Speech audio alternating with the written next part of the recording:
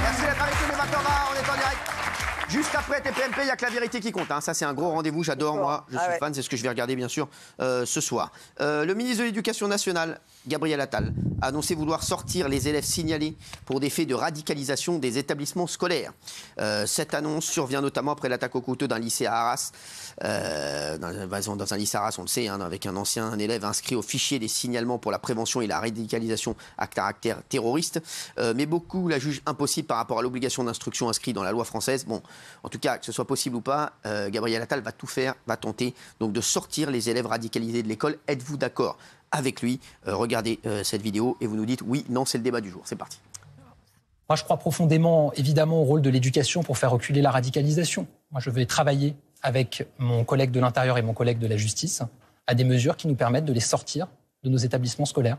Parce que quand les enseignants, les personnels eux-mêmes signalent des élèves qui constituent, selon eux, potentiellement une menace à raison de menaces qu'ils ont proférées ou à raison de propos qu'ils ont tenus ou d'actes qu'ils ont commis, je prendrai toutes les mesures conservatoires d'exclusion qui sont nécessaires dès lors que ça protège les personnels de l'éducation nationale et les élèves. Les élèves radicalisés, donc sortir les élèves radicalisés de l'école. Gabriel Attal, êtes-vous d'accord avec lui? Oui, non. Pierre Gentillet est avec nous. Merci Pierre d'être là. Et Philippe-Henri Honneguer est avec nous. Merci d'être là également. Merci à vous deux. Alors, qui a dit... tout le monde dit oui autour de la table. C'est un truc de fou.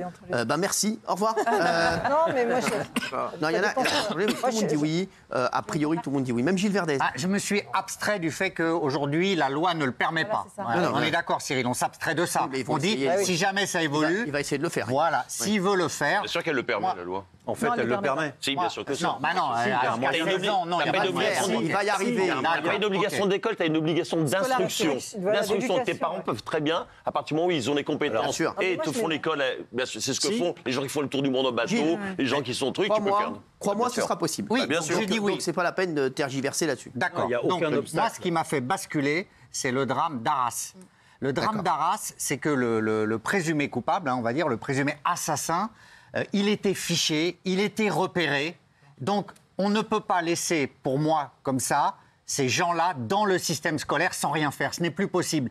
Aujourd'hui, il y a 1000 mineurs qui sont fichés S pour radicalisation. Eh bien, ces 1000, je suis désolé, ne peuvent pas être considérés comme des élèves comme les autres. Il faut prendre une initiative forte pour qu'ils ne soient plus scolarisés avec les autres. C'est trop dangereux, Cyril. Donc c'est le danger qui m'a fait dire oui. Voilà. Je suis heureux de voir que tu changes d'avis. Non, je n'ai pas changé d'avis. C'est le drame d'Arras qui me fait changer d'avis. Si. C'est le drame d'Arras qui me fait basculer. En tous les cas, c'est très bien. Philippe-Henri, vous n'êtes pas d'accord, hein? Non, je ne dis pas que je ne suis pas d'accord. Est-ce qu'il faut enlever les enfants dangereux de l'école? Évidemment que tout le monde répond oui. En fait, c'est une question qui n'appelle pas un débat. La question, en réalité, c'est qu'est-ce que ça veut dire radicaliser? C'est-à-dire qu'à partir de quel moment vous dites qu'un enfant il est radicalisé?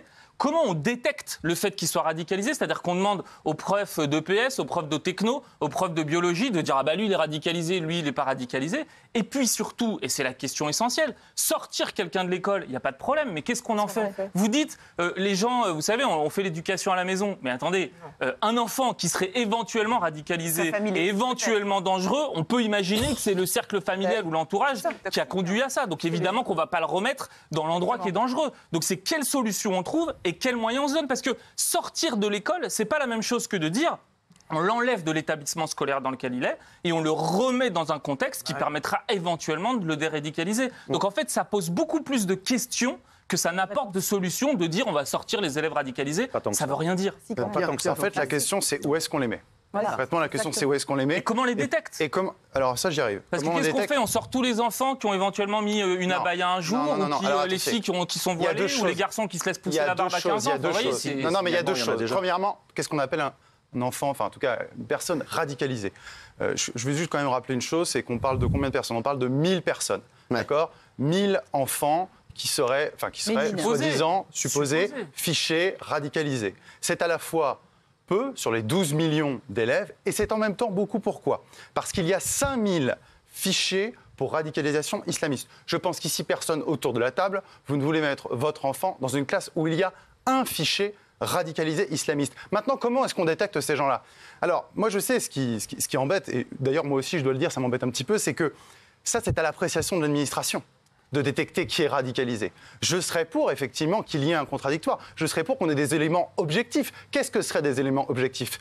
Des propos à caractère terroriste, islamiste. On en voit beaucoup fleurir en ce moment à l'occasion de ce qui se passe en Israël. On pourrait aussi repérer si ces gens sont membres, et c'est souvent le cas pour ces fichiers S, membres de boucles Telegram, de boucles de réseaux sociaux à caractère terroriste islamiste. Donc il y a des éléments qui sont utilisés aujourd'hui par les services de renseignement. Donc c'est possible, mais pour autant, attention, là c'est un sujet juridique, je le dis quand même, mais avons-nous les moyens de le faire? Juridiquement, vous avez l'air tous ici d'être tous d'accord pour penser que c'est possible, mais en réalité, c'est plus compliqué que ça. Il y a des traités internationaux, il y a des droits. Moi, je vous le dis, je suis d'accord ici avec vous, je suis pour sortir ces enfants de l'école. Il y a un moyen très simple. Mais attendez, la question c'est, est-ce qu'aujourd'hui, légalement, nous le pouvons? Moi, je ne le pense pas. Je ne le pense pas, je pense que c'est souhaitable, mais je pense que ici, Gabriel Attal, en réalité, il est dans un élément de communication, parce que derrière, les tribunaux annuleront ces expulsions. Parce que où est-ce qu'on va mettre ces gens? Juste, Jacques.